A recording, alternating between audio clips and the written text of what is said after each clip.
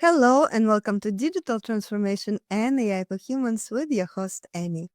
In this podcast, we delve into how technology intersects with leadership, innovation, and most importantly, the human spirit.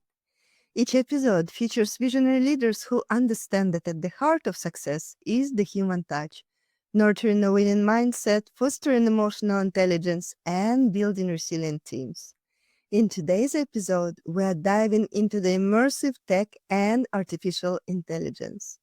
We will take a closer look at the future of business in the era of virtual reality and extended reality, together with Albert Bengtson from Stockholm, Sweden, ex-senior leader at Apple, book author, co-author of the 4C model.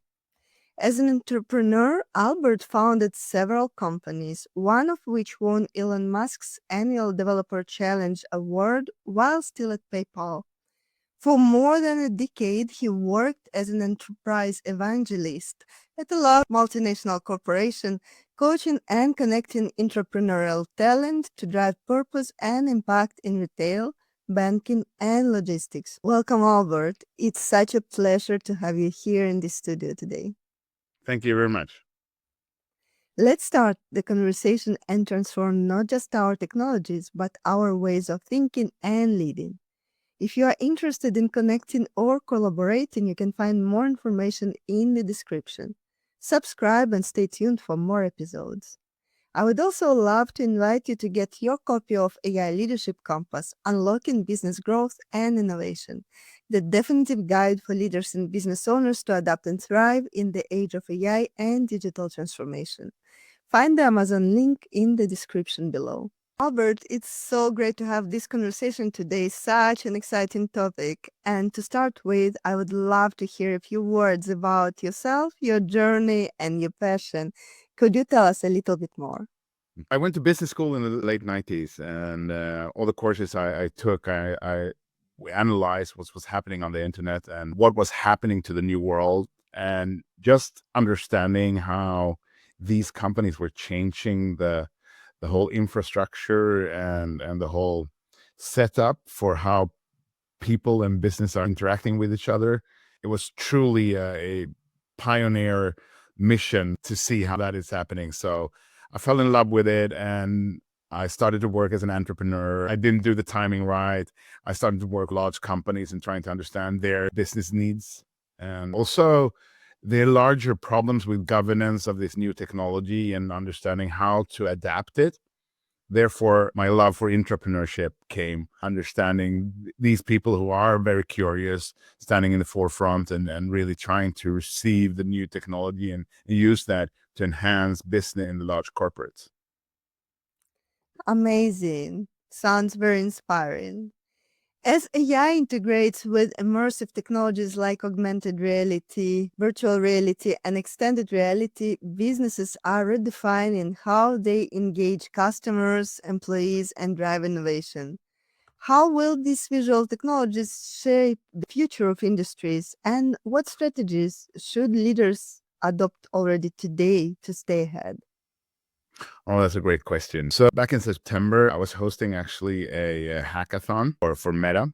And we had 125 participants from all over the world. Every continent was covered except the poles. The interesting part when people started to collaborate on this and try to play around with the technology, the visual technology, we saw that when this is being fed by artificial intelligence from the data points, it became extremely interesting. So I would put it like this: the usual chat you have with customer service on your webpage, for that turning into living avatars, it's not too hard to fantasize about.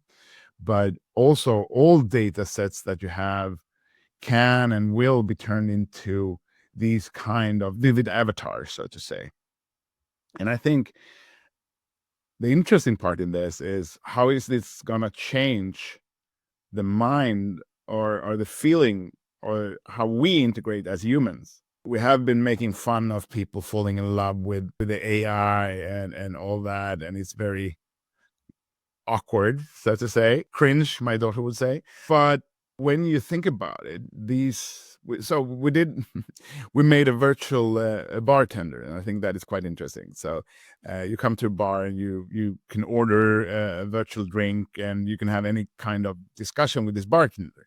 In that process, we were discussing what to name it.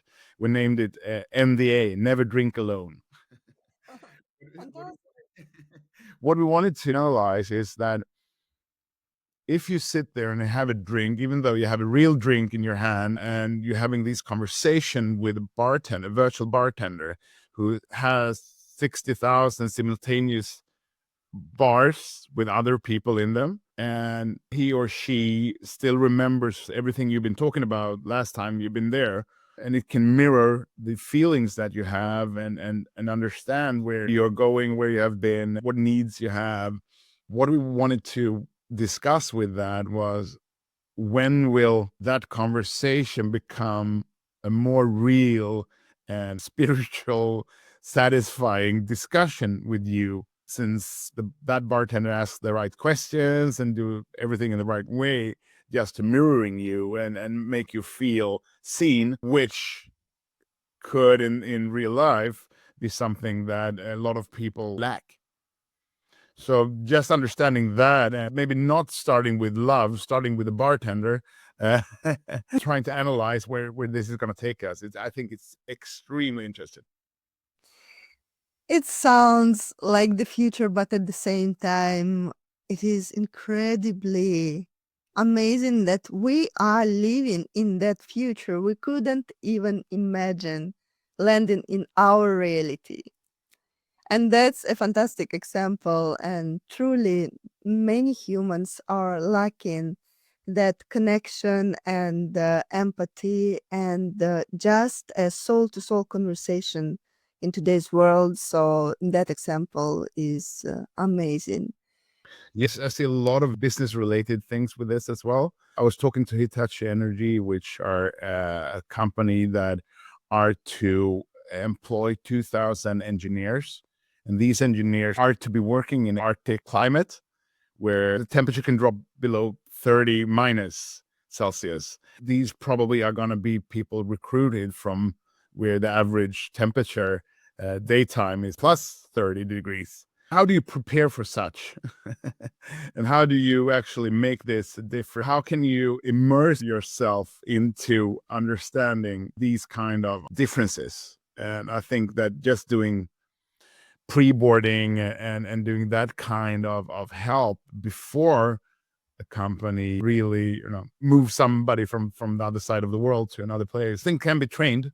And the best business case when it comes to both AR and VR, I think, especially VR, is training. I want to dive deeper here. AI is making AR, VR, and XR experiences more intelligent and adaptive. So, what are some of the most groundbreaking AI powered immersive applications that you've seen in your life? And how do you see AI transforming these technologies over the next 2 to 5 years? It's always hard to say which one is the most impressive, because you can be impressive in different ways. As we discussed before, the time of AI, the speed, Moore's law of AI is so much faster than it is for semiconductors, right? 15 years ago, I did a keynote on stage talking about what's going to happen in the future. We were thinking about maybe 3-5 years ahead.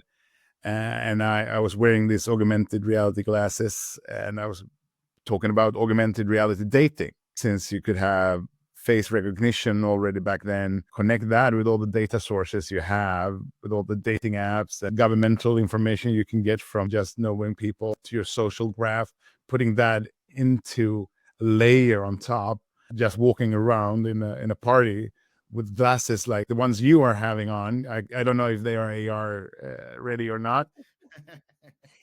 That's a secret.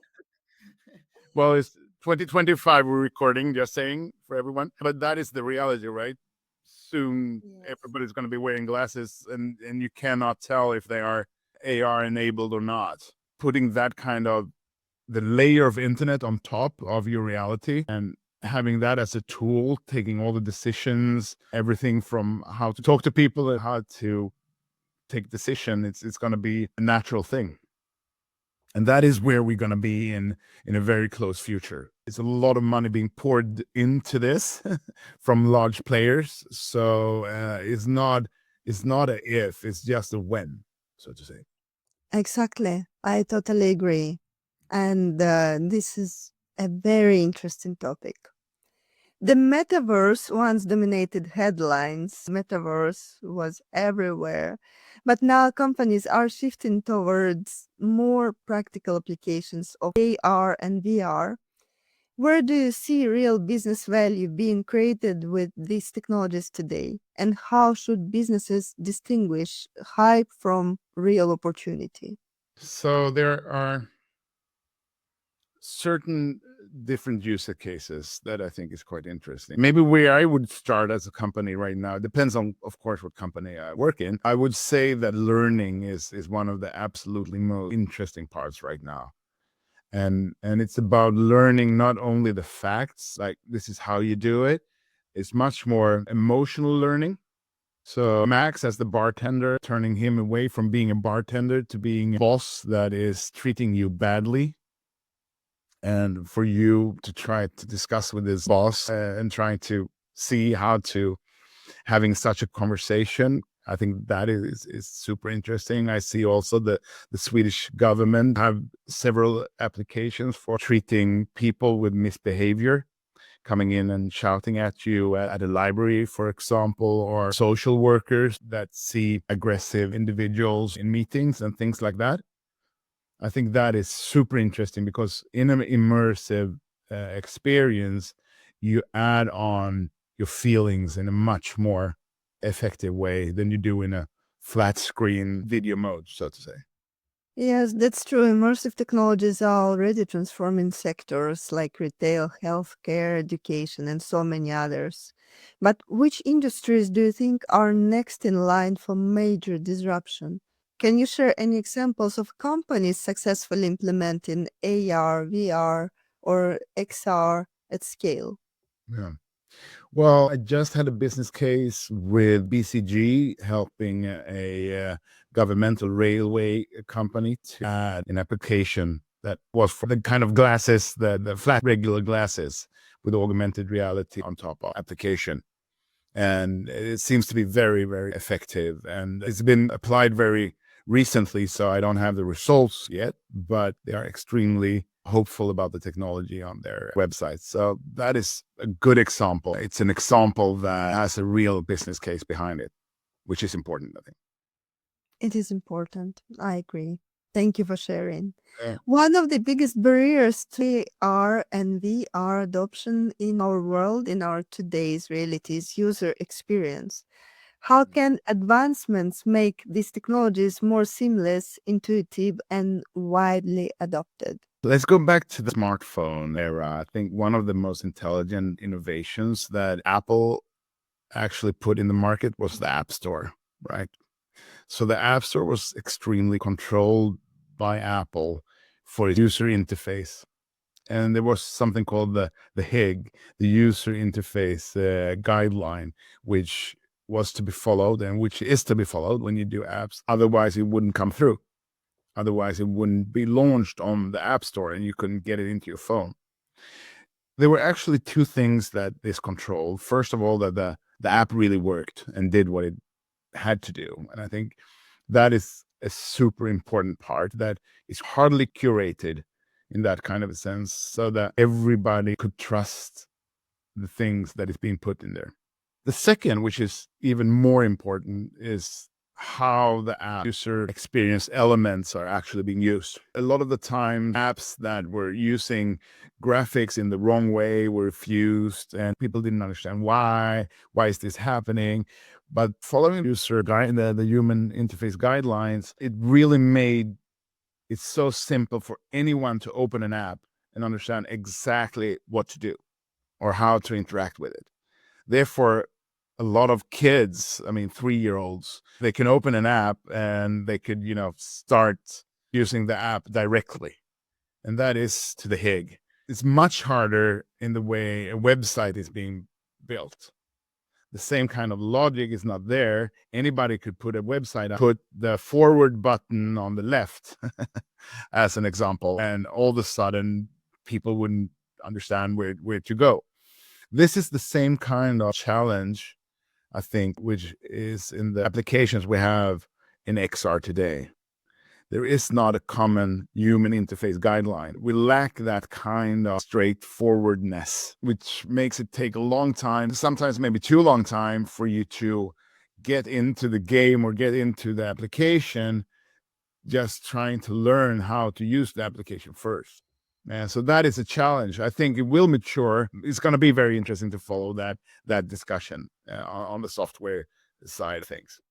I couldn't agree more. Of course, right now we have several challenges, but at the same time, it's uncomparable with how it was a few years ago. And I trust that in a few years, we are going to find ourselves in a completely different place. I totally agree with you. And I think the hardware, it's much better than people expect already today. The software parts, when it comes to the engines of making these kind of content, I think it's improving extremely rapid. Both Unity and Unreal platform are doing extremely interesting things forward.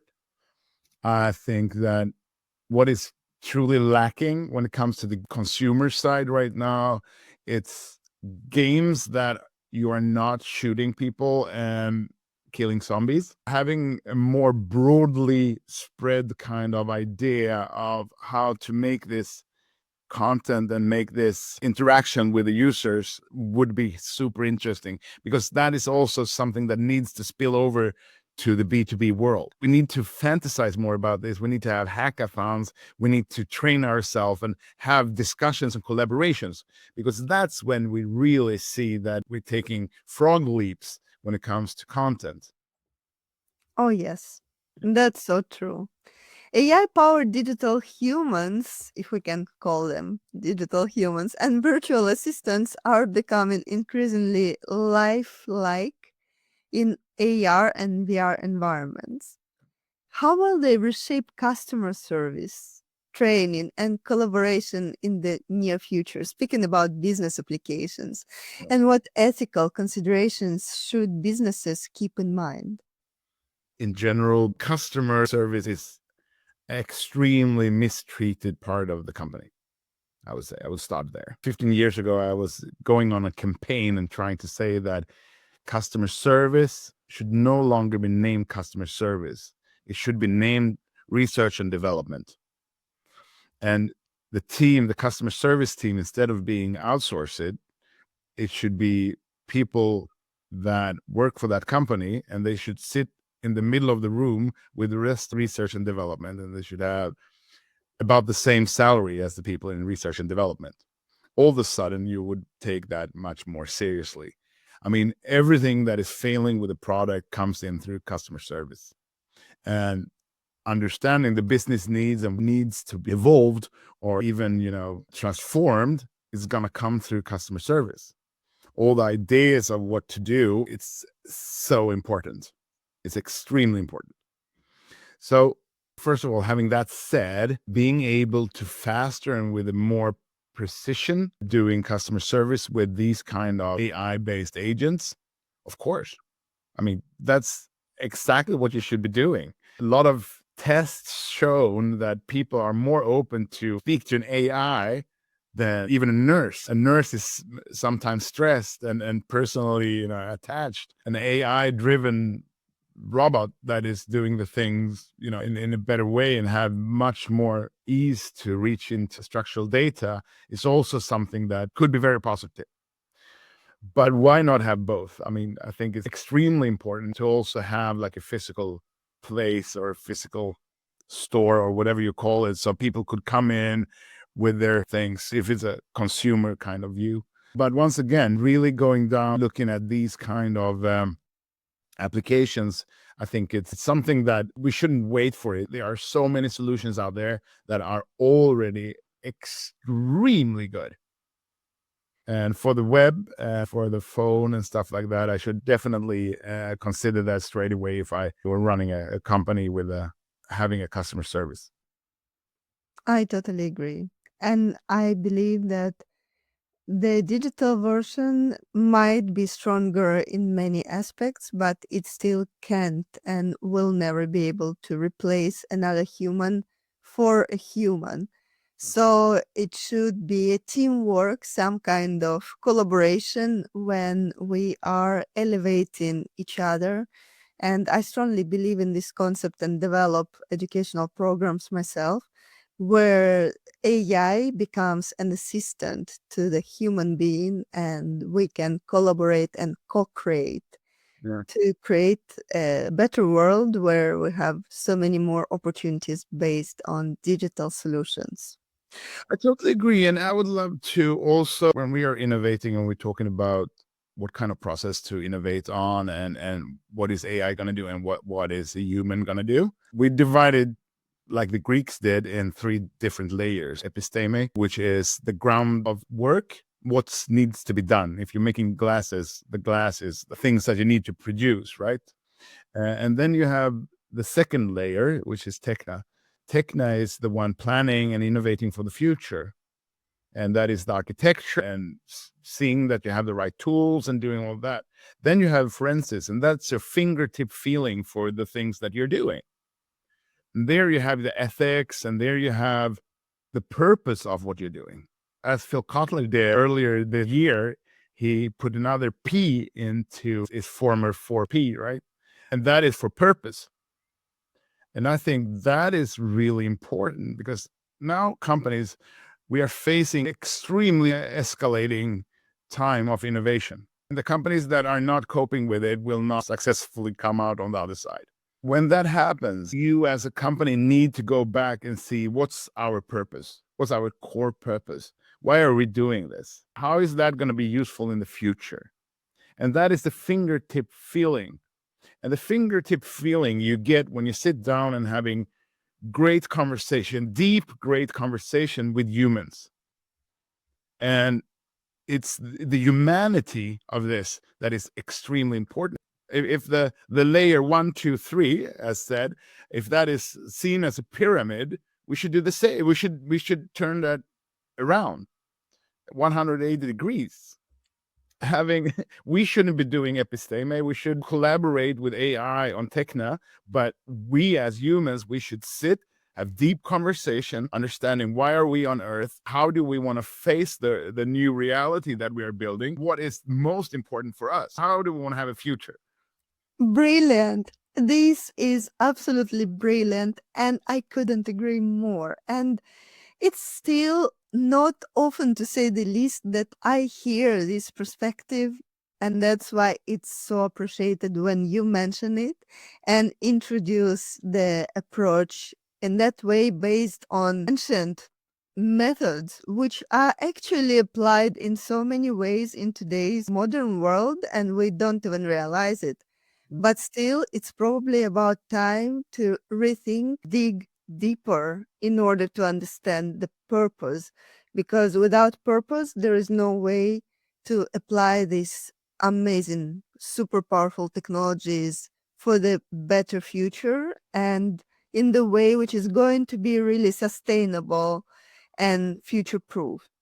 Exactly. I mean, how many times have you sit having a lunch and you are in an extremely interesting conversation and somebody look at their watch and say, "Oh, I have to go back to work now." Yeah. No, seriously, you're working now. This is work. So true. And that's exactly the point, that we divide all those parts.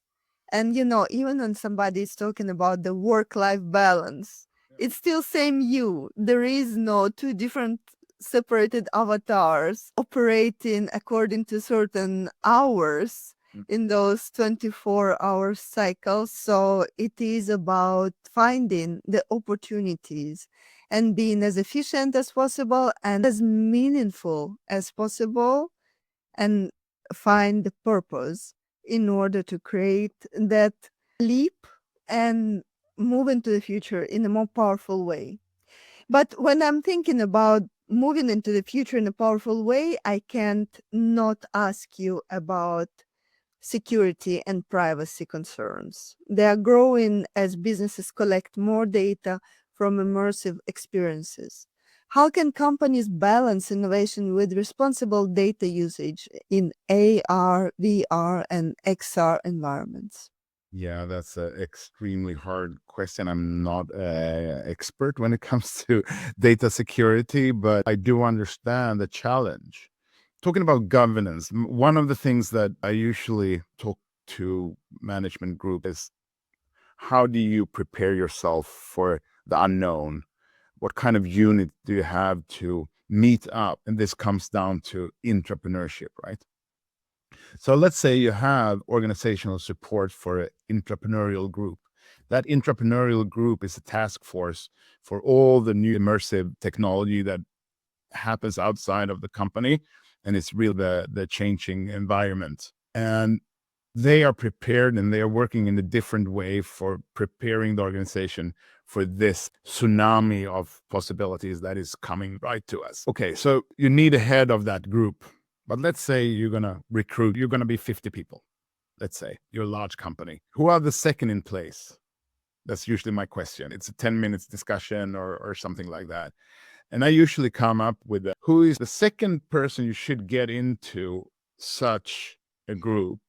Should somebody who is responsible for the ethics and the purpose of why you're doing this, and somebody that is holier than the revenue that you're making. Because people say that money is the most important, but that is not true. I think the most modern way of looking at work is the employees and the customers, the real humans that you're touching with whatever you're making is the most important. And that comes down to purpose, right? Apple have Apple Education, and they have a dean that is being responsible for that part. And that is the same kind of somebody who are more dedicated to the real purpose than to the quarterly revenues. And that is a compass that you need to have when you are working with emerging technologies. Because without that kind of compass, it's going to be extremely hard to see what is a possibility, what's a threat, and what could possibly make the purpose for our employees to come to work redundant. Definitely. I see so many challenges in this area because absolutely the moral compass needs to be implemented when we are developing these type of powerful technologies which might threaten whole the essence of our human civilization. And on top of that, probably you see the same as I do, that AI applications today, they are developed for short-term profits, and it is just a money machine, oftentimes without searching for the deeper purpose. And right now, it's still mostly let's create this, let's do this just because we can, and then we'll see.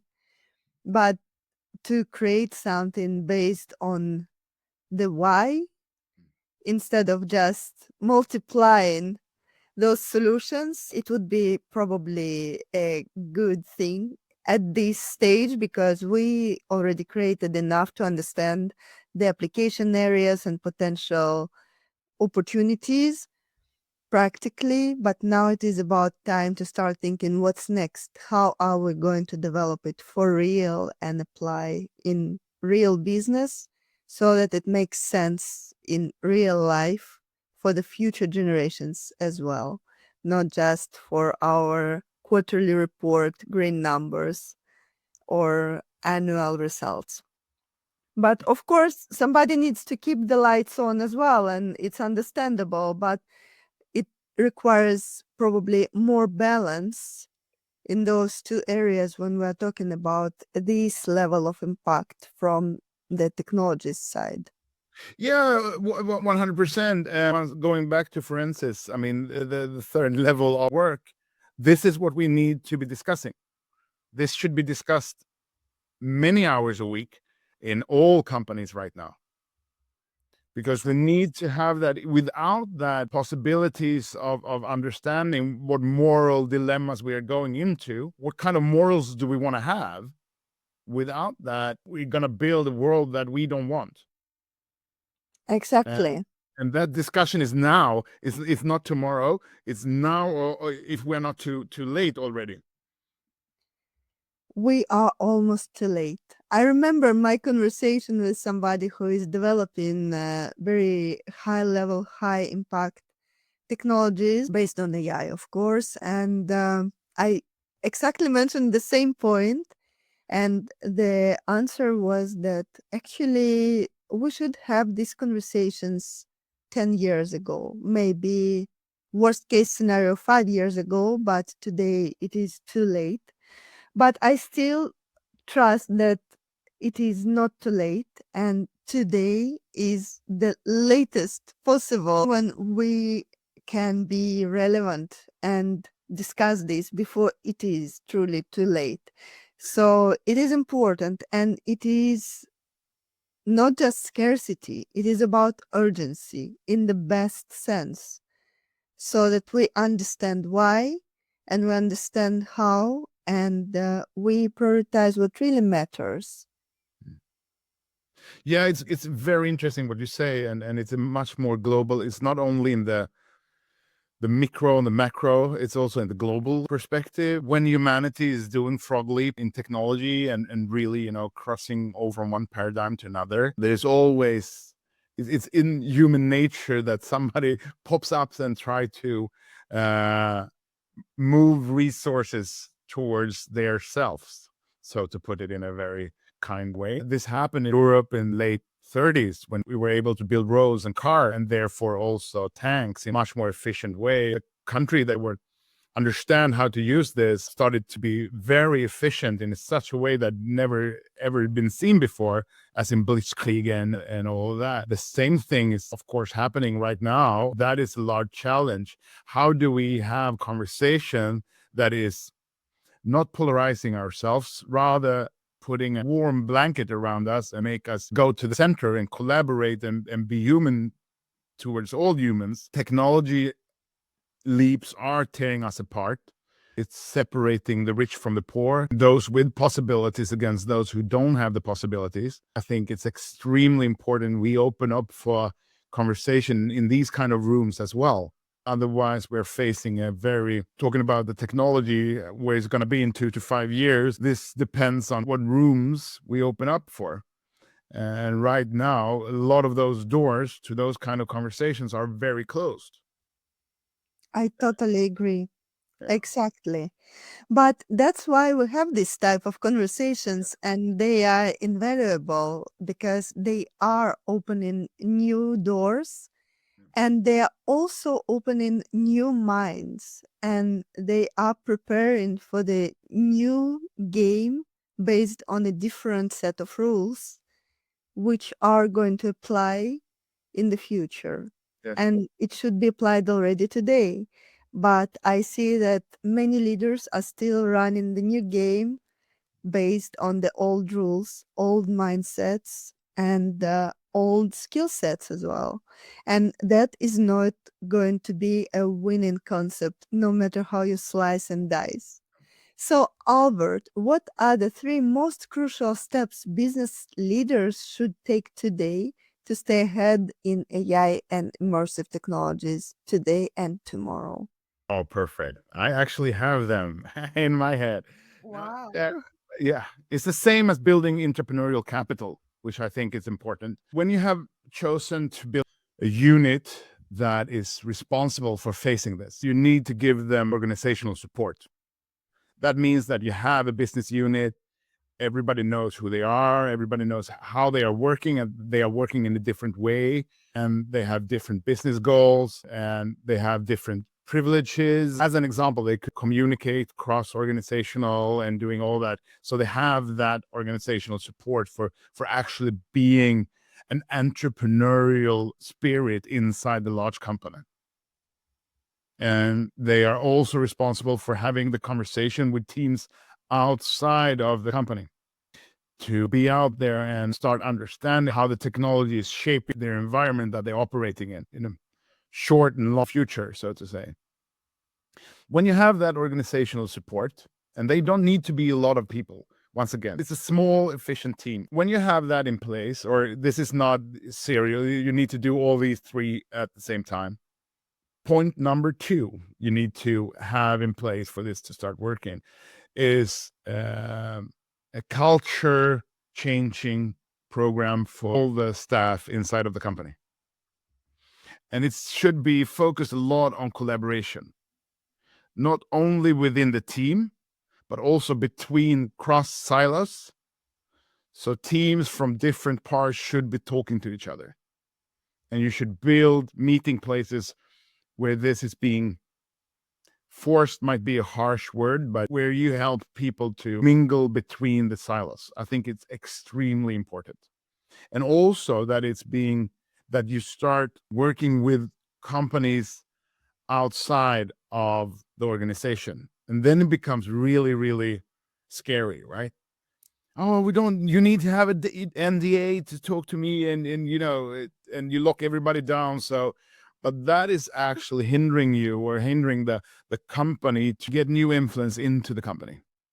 This should be very, very open. I mean, and all the successful companies that in innovation has been doing this for ages, doing campfires as an example. You invite each Thursday evening, you invite a company, they come and talk for 30 minutes what they're doing, and the staff could have pizza and beer and asking questions, and you sit around having discussions.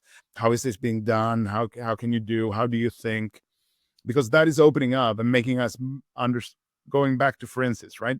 Going back to really understand what's possible out there, and what kind of future do we want to shape. And that you can only do that in collaboration. It's only when we sit down and have deep conversation with each other and deep thoughts, that's when it's being done. And there are many different tools that can be used for this to happen, but you need to have a budget and need to do this. And you need to have somebody driving this, and preferable the same unit as building the entrepreneurial capital, preparing for the future. I went to a conference which was super interesting. 6 or 7 different AI companies came and pitched to the audience. Not the regular, I need an investment and all that. No, rather, this is what we're doing, and this is why we're going to take over the world. And this is what we think is so interesting with AI and what can be done today. Then people were sitting with a Mentimeter saying, is this important for me, my company, or the country, or the world? So in a more international kind of view. And it was extremely interesting to see the results, and just listening to the buzz afterwards.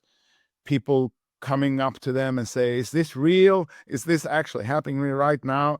Because in a large company, you do not collaborate with these kind of companies.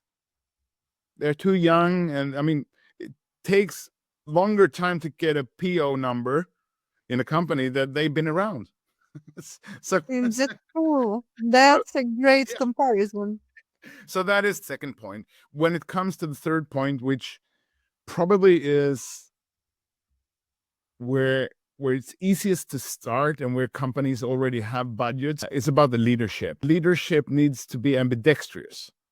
Ambidextrous means usually that you can use both hands equally good. Then you're two-handed. If you can write your name with your left hand in the same manner you do with the right hand, you're two-handed. When you can do it simultaneously at the same time, then you are ambidextrous. So what we're trying to say about the leadership is that everybody in the company should not be led equally and at the same time. Everything depends on, are you in the creative part where you are to explore the future?